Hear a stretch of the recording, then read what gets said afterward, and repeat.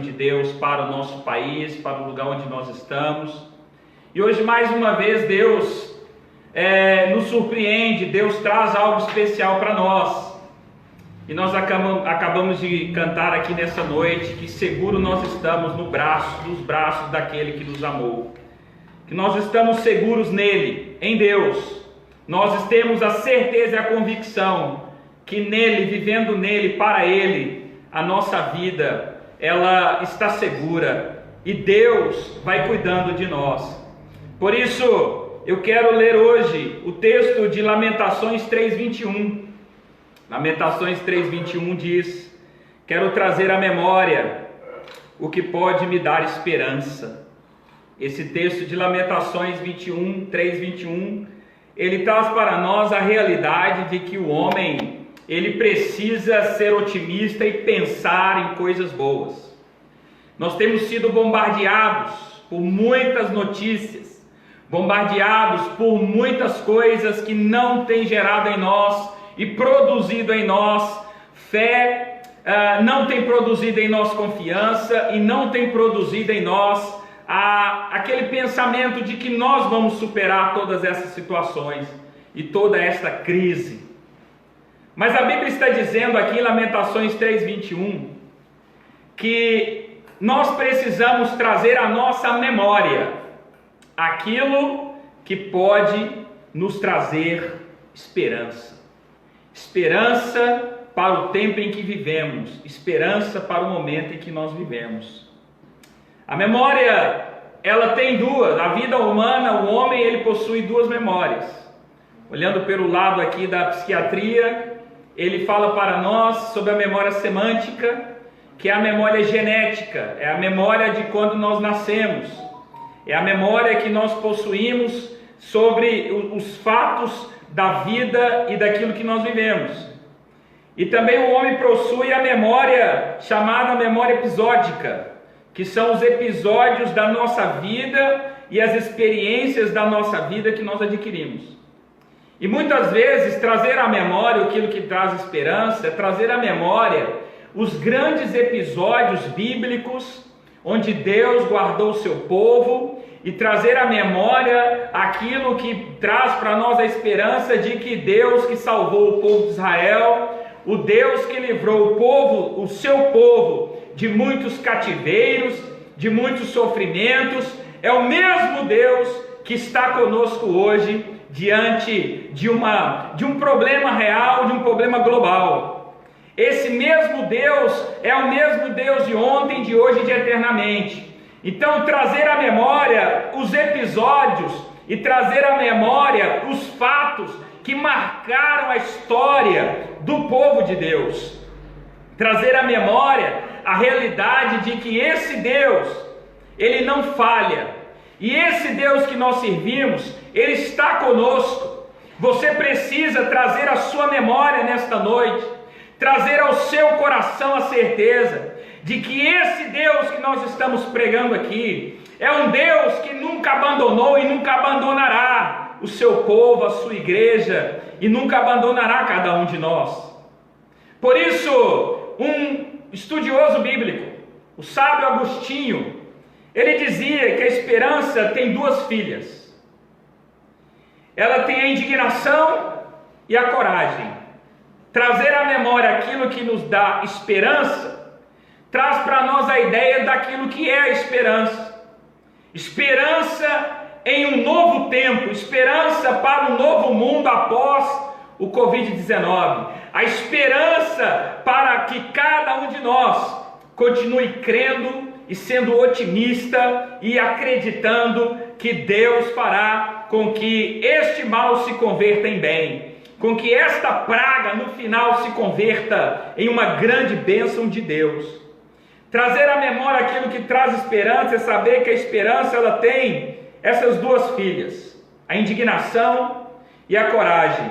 A indignação nos ensina a não aceitar as coisas como elas estão.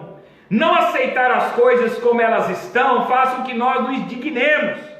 Ficamos indignados com aquilo que estamos vivendo. Mas por outro lado, ela tem também a coragem que nos impulsiona a mudar as coisas e não aceitá-las como elas estão. Por isso a esperança ela tem o poder de produzir em nós a indignação e a coragem. Nós não podemos aceitar que esse vírus continue matando pessoas. Nós precisamos nos indignar, nós precisamos orar, precisamos clamar, precisamos jejuar, precisamos pedir a Deus, precisamos nos arrepender, precisamos reconhecer a nossa insignificância, precisamos reconhecer que nada somos e que Deus é tudo, Deus é a vida, Deus é Ele que dá a cura, a saúde, a restauração e tudo mais. Mas ao mesmo tempo, além da indignação, é preciso ter coragem, coragem para enfrentar esta realidade. Coragem para enfrentar o tempo em que vivemos, coragem e confiança num Deus que não nos dá espírito de covardia, mas de poder, de amor e de moderação, coragem para sairmos do nosso lugar e acreditarmos que o amanhã será melhor do que o hoje e que nós podemos construir um mundo melhor. Essa indignação existe, mas é preciso também ter coragem, e isso são frutos da nossa esperança, daquilo que nós acreditamos. A esperança ela é uma crença emocional na possibilidade de resultados positivos, resultados que virão independente das circunstâncias em que estamos vivendo. É acreditar que algo é possível mesmo quando não há indicações para tal. Lembram de Abraão? A Bíblia diz que Abraão, em Romanos capítulo 4, ele creu na esperança contra a esperança. Abraão creu na impossibilidade. Abraão creu naquilo que os seus olhos não podiam ver. Ele creu em algo que só Deus podia fazer por ele. A sua mulher já era de extrema idade, não podia gerar filhos, mas Deus prometera a Abraão um filho. E Deus concedeu a Sara, sua mulher, em ditosa velhice, um filho, e Abraão segurou a promessa de Deus nas suas mãos. Por isso a esperança é acreditar em algo que é possível mesmo quando não há indicações do contrário. Nós precisamos nesses últimos dias parar de ouvir profetas do caos, parar de ouvir mensagens que está acabando o mundo, que tudo vai acabar, que está destruindo tudo, que vai continuar morrendo. Olha, meus irmãos, é tempo de trazer à memória aquilo que traz para nós esperança de vida. Nós precisamos de vida, nós precisamos de esperança, nós precisamos continuar acreditando num Deus que intervém na nossa história e trabalha por aqueles que nele esperam. Nós precisamos continuar acreditando que o nosso Deus é o único que pode nos salvar dessa situação. A Bíblia diz no livro de Zacarias, capítulo 9, versículo 12: voltem à sua fortaleza, ó prisioneiros da esperança. Pois hoje mesmo eu anuncio que restaurarei tudo em dobro para vocês. Olha o que a Bíblia está dizendo. O mesmo Deus que permitiu o povo ir para o cativeiro babilônico, ele pronunciou um tempo de restauração dobrada. Deus estava dizendo aqui: voltem para a sua fortaleza, ó prisioneiros da esperança. Quem são os prisioneiros da esperança? São aqueles que não deixam a sua fé, a sua expectativa em Deus e a sua esperança em Deus morrer e murchar. Nós precisamos ser prisioneiros da esperança em Deus. Precisamos levar os nossos pensamentos cativos à obediência de Jesus. Nós precisamos deixar que os nossos pensamentos sejam ocupados com a verdade, com a paz, com o domínio da paz, da esperança que só Deus pode dar para nós.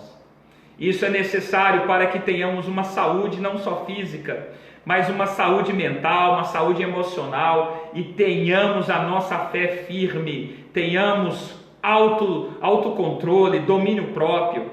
E não somente isso, que nós tenhamos um pouco de temperança, nós tenhamos um pouco de calma no mundo tão agitado como estamos vivendo. É preciso que os nossos pensamentos sejam levados prisioneiros e sejamos prisioneiros da esperança em Deus. Também a Bíblia diz em Romanos capítulo 12, versículo 12, que a esperança que vocês têm os mantenham alegres. Olha que interessante. A esperança tem poder de continuar produzindo alegria. Alegria. A Bíblia diz que Abraão, voltando para Abraão, ele creu na esperança contra a esperança, dando glória a Deus. Abraão se fortaleceu na sua fé, dando glória a Deus. Como é difícil dar um glória a Deus neste tempo. Como é difícil dizer aleluia neste tempo. Como é difícil exultar de alegria em Deus. Ora, o que tem o poder de fazer isso, às vezes, são os louvores. Cante louvores, exalte a Deus em meio ao caos, adore a Deus em meio a situações adversas, glorifique a Deus em meio a situações contrárias, porque a esperança traz para nós alegria. As pessoas dizem, hoje o mundo, as doenças que atingem a humanidade, uma delas é a depressão, e a depressão tem levado muita gente ao suicídio, e nós entendemos que a depressão não é a ausência de sentimentos, e não é quem tem tristeza. Na verdade, quem tem tristeza não tem depressão, quem tem depressão não tem nada, é um vazio total, é um caos. Quem está doente de depressão, ele não sente nada, ele não sente amor, ele não sente paz, ele não sente tristeza, ele não sente nada, ele simplesmente quer dormir, ele simplesmente quer se esconder, ele simplesmente quer deixar de falar com pessoas, ele quer se isolar. Isso é a depressão. A depressão, portanto, não é acometida por aqueles que vivem uma tristeza profunda, mas na verdade ela nos mostra uma pessoa completamente vazia de expectativas, de esperança, de sentido, de propósito e de vida. Portanto, a Bíblia está dizendo que a esperança que vocês têm os mantenham alegres, a esperança do povo de Deus, a esperança em Deus, o nosso Senhor e Salvador, que ela nos mantenha alegre, porque aguentem com paciência os sofrimentos e orem sempre. Romanos 12, 12, para que aguentemos com paciência. Você pode aguentar mais do que uma quarentena, você pode aguentar muito tempo, sendo fortalecido em Deus. Deus já preparou cada um de nós para este tempo. Deus não vai nos preparar para este tempo. Deus já nos preparou. Nós já temos a capacidade de superar essa situação. Por isso que Noé ficou naquela arca e viveu naquela arca por mais de um ano dentro, preso ali daquela arca. Mas eu tinha certeza que a esperança de Noé não se afundou nas águas do dilúvio. Noé acreditou que a qualquer momento Deus enviaria uma mensagem para ele sair daquela arca e ele enfrentar um novo mundo totalmente diferente daquele antes de entrar na arca. Por isso que a esperança que vocês têm vos mantenha alegres. Sejam alegres na esperança, regozijai-vos na esperança, aguentem com paciência os sofrimentos e orem sempre. A Bíblia diz para nós orarmos, e orarmos constantemente, porque por meio disso nós vamos aguentar. Paulo escreveu aos Filipenses dizendo, tudo posso naquele que me fortalece, tanto sei viver abatido como viver exaltado, sei viver quando tem e quando não tem, todas as coisas eu posso naquele que me fortalece. Também Jeremias capítulo 29 versículo 11, a Bíblia diz, só eu conheço os planos que tenho para vocês, prosperidade e não desgraça, e um futuro cheio de esperança. A Bíblia está dizendo que os planos de Deus para mim, para você, não são planos de desgraça, de destruição, são planos de prosperidade e de esperança para mim e para você. Os planos de Deus para a minha vida e para a sua vida são de paz, são pensamentos de paz e não de mal, são pensamentos de esperança. Nós precisamos manter a nossa mente cativa à palavra de Deus nesse tempo em que nós ouvimos tantas mensagens ruins, tantas mensagens de destruição, tantas mensagens que dá um desânimo. Os telejornais, os grupos de WhatsApp, eu recebo por dia um tanto de profecia dos profetas do caos, né? Eu os denomino profetas do caos. É normal, nesses últimos dias, eles começam, cada um vem e fala uma coisa, olha, a mesma hora eu começo a ouvir e deleto. Sabe por quê? Porque eu estou guardando a minha mente e meu coração na esperança de que Deus é conosco e que Deus vai nos tirar desta. Não me interessa o que os profetas do caos estão dizendo. Me interessa que o meu coração e a minha mente esteja guardada na rica promessa de Deus que diz: não se turbe o vosso coração, credes em Deus, credes também em mim. Ainda que haja um colapso no mundo, não me importa, Deus está comigo. É nesse momento que eu declaro, quando a Bíblia diz que nós, ainda que andemos pelo vale da sombra da morte, não temeremos, porque Tu, Senhor, está comigo. Deus está conosco no vale da sombra da morte. A Bíblia também diz que Abraão teve fé e esperança mesmo quando não havia motivo para ter esperança. É o nosso tempo. Tem motivo para ter esperança? Não tem. Mas Abraão teve. Por isso ele foi chamado pai da fé, e Deus recompensa quem vive pela fé. Por isso Abraão teve esperança mesmo quando não havia motivo. Você quer um motivo? Você talvez não vai encontrar um motivo. Mas pense na sua família, pense nos seus filhos. Isso é um motivo para te fazer ter esperança. Pense nos seus sonhos, que você teve que paralisá-los agora, mas após esse vírus aí, você vai continuar. Pense nos seus propósitos e naquilo que você acreditava que você ia conquistar. Pense nisso. Isso vai te dar força. Isso vai trazer para você aquilo que eu disse no início, a indignação e a coragem. A indignação por não aceitar a situação e a coragem para enfrentá-la. A coragem para levantar e ir de encontro e não fugir. Por isso Abraão teve esperança, mesmo não tendo motivos. Não tem motivo nenhum, mas ele teve. E por isso ele se tornou o pai de muitas nações. Como diz as Escrituras, os seus descendentes serão muitos. Romanos capítulo 4, versículo 18. Alguns podem dizer, ver é crer. Na verdade, não é. Não é a visão que depende da nossa fé. Nós precisamos ter a certeza que é crendo que nós vemos. E nós não precisamos ver para crer, nós precisamos crer para ver. Lembra quando Jesus chegou e encontrou Lázaro, que já havia morrido há mais de 4 dias? Jesus disse: eu irei ressuscitá-lo. Isso é esperança. A esperança é que a morte não poderia vencer e que Jesus poderia até mesmo trazer Lázaro dentre os mortos. Parecia que tudo estava acabado. Marta, Maria e as demais mulheres estavam já chorando e lamentando. Não há mais sentido para Lázaro. Lázaro morreu, acabou. Jesus disse: eu irei ressuscitá-lo.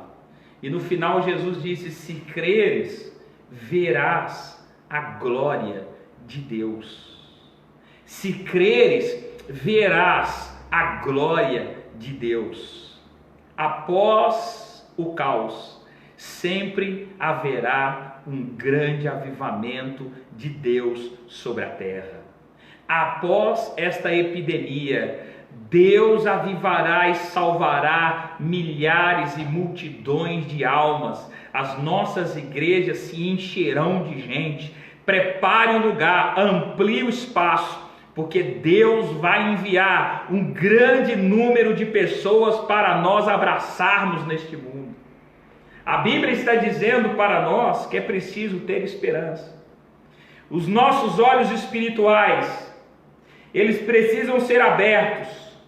Nós recebemos esta abertura de visão espiritual quando nos convertemos, mas é preciso, para que nós não sejamos enganados pelo nosso tempo, que nós abramos os nossos olhos para contemplar pela fé a salvação que vem de Deus, porque Deus vem para nos salvar, e Deus vem para nos resgatar. Por isso, nessa noite, a minha palavra para você é uma palavra de esperança, e uma esperança que não vai murchar com o tempo. A nossa esperança permanece firme em Deus. Que a sua mente e o seu coração confiem em Deus, que você não seja levado pelos rumores, como estava escrito lá no livro de Mateus, em Lucas 21 e Mateus 24, rumores de guerras, expectativas de guerras. Quando nós ouvimos falar sobre o amor de quase todos esfriando, quando ouvimos falar sobre tragédias, sobre mortes, epidemias e tantas coisas, o surgimento de falsos profetas, falsos ensinamentos, sabe o que você deve fazer? Confiar em Deus.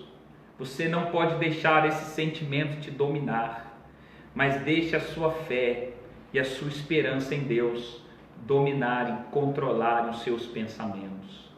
Nós vamos orar pela sua vida e nós queremos pedir a Deus que te abençoe neste momento, que o Espírito Santo derrame graça sobre a sua vida e que você, através dessa palavra, você encare o amanhã de modo diferente. Quando você se levantar amanhã, tenha esperança, a esperança de coisas que nós não vemos, mas pela fé nós aguardamos, porque a fé é a certeza das coisas que se esperam e a convicção de fatos que não se veem. Nós não precisamos ver para crer, mas nós precisamos crer para ver. Que o Senhor abra os seus olhos hoje e que você veja a grande salvação de Deus que Ele está preparando para o seu povo. Que debaixo do poder do sangue de Jesus, nenhum de nós, para testemunho das nações, seja infectado, seja atingido por esse vírus. Que o Senhor nos guarde, para que amanhã nós possamos anunciar a todos que o nosso Deus nos preservou, e esta obra maligna, e esta infecção, e esta doença não veio sobre nós, mas veio como um alerta de que Deus quer trazer o mundo de volta para os seus pés. Vamos orar? Senhor, nós clamamos a Tua bênção mais uma vez. Nós oramos, ó Deus e Pai, nesta noite, pedindo a Ti que Tu nos abençoes, Senhor. Que Tu, ó Deus, derrame sobre nós a Tua graça. Que o Senhor abençoe a todos aqueles que nos ouvem. Senhor, dá-nos mais fé. Aumenta a nossa fé. Dá-nos esperança nesse tempo de caos. Senhor, esperança para um novo tempo. Esperança para um novo mundo. Esperança para um novo momento. E nesse tempo nunca mais se fez tão importante do que anunciar ao mundo que o nosso Redentor vive e que por fim se levantará sobre a terra. Ainda que seja consumida a nossa carne, com os nossos olhos nós veremos a Deus.